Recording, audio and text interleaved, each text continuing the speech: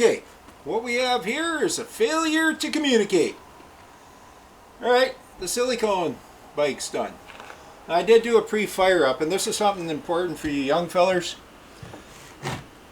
On these HiHo solutions, Twinkies, whenever you're putting heads on and stuff, your initial fire up, run it around 1400 RPM, let it warm up, and then just cut the ignition. And the reason is the alloy heads and the alloy jugs, so when you get your head gasket on there, they don't get a proper squish actually until they heat up, and then everything swells into place. So what happens is you fire up your bike, you just got your heads on, and you give it a fire and you start cracking the throttle. The problem is you can blow the head gasket right away. Now what do you got to do? Tank's got to come up, blah blah blah, just bullshit, right? Carb, everything. So just remember that as a point of thought. You don't want to take the chance of, who gives a fuck? So you just turn your idle screw up a bit, fire up the bike, let her warm up. I run a big fan in front of the bike too, so she doesn't get too hot. So I did the initial fire up, what I call the heat cycle, on the bench, and gave her, let it cool down. I gave her a basic dial up. So what we got here, now this was worse than Tom's. Okay, Tom's was about to be this, like totally blowing up. Right, this was blowing up. So what we got is we got Wiseco 10, what is it, 10 or 10 1/4 to 1. We got a S&S 561 cam, which is about as extreme as you want to go on an 80. I had big axle Jim's solid lifters in. That's the other thing. You know, I had a young feller, my buddy's son was over. He rides, he builds, he does stuff. I said to him, I said, hey, you should take a picture of that. And he goes, I says, how do you set your push rods on your Evos and Twinkies? And he goes, oh, well, 100 thou. He goes, well, it's 90 to 120 thou compression on them. I says, yeah, but how do you know? He says, well, it's 4 turns. I says, well, on whose push rods? See, adjustable push rods from different companies have different thread pitches. So maybe, I don't know if you want to take a snapshot of this.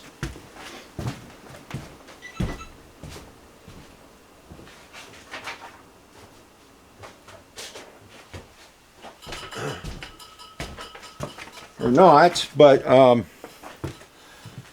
so feeling, I'm a feeling fan, man. You know, I'm an S&S fan, I'm a Jim's fan. The 3 most important outfits in my life. So if you want to take a snapshot of that, okay. So you check your thread pitch, and then you adjust your push rods accordingly. Like the set I put on my buddy's, oh shit, 200,000 kilometers. I souped up my buddy's 06. A nice, beautiful job, beautiful job. Doug Coffey at headquarters did the heads. We used Coffey's cam, so it was a match set, and I sent everything to him. And we bored it out to 95 inch because it was 88, brand new.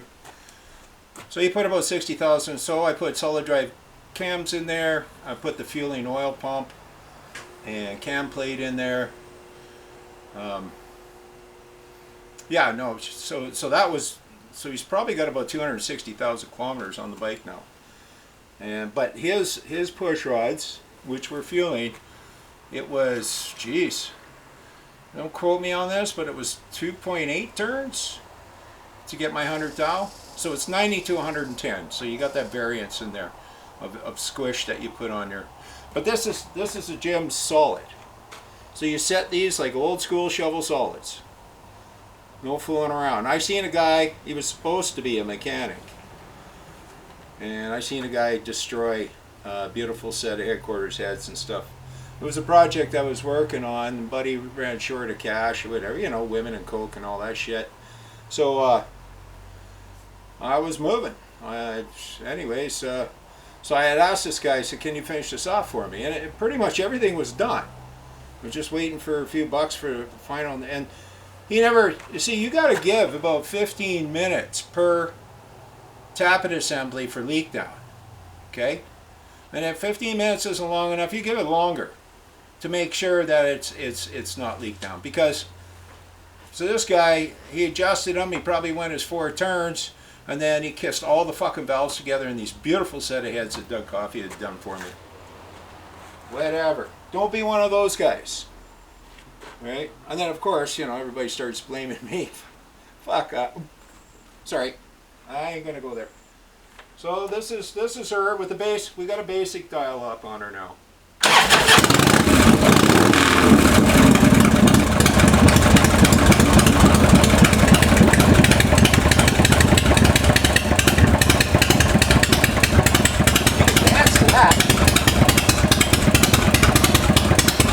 I could make sweet love to that kind of sound.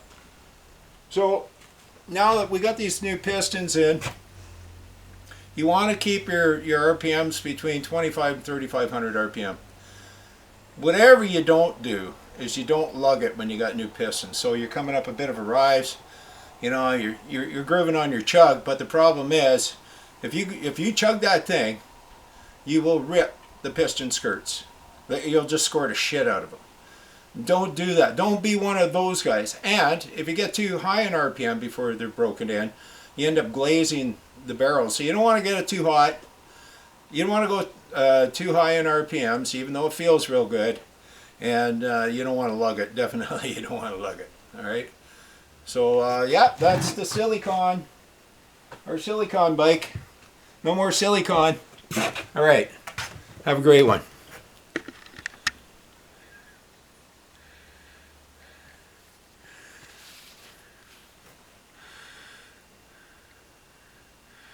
Oh fuck, I wasn't recording that?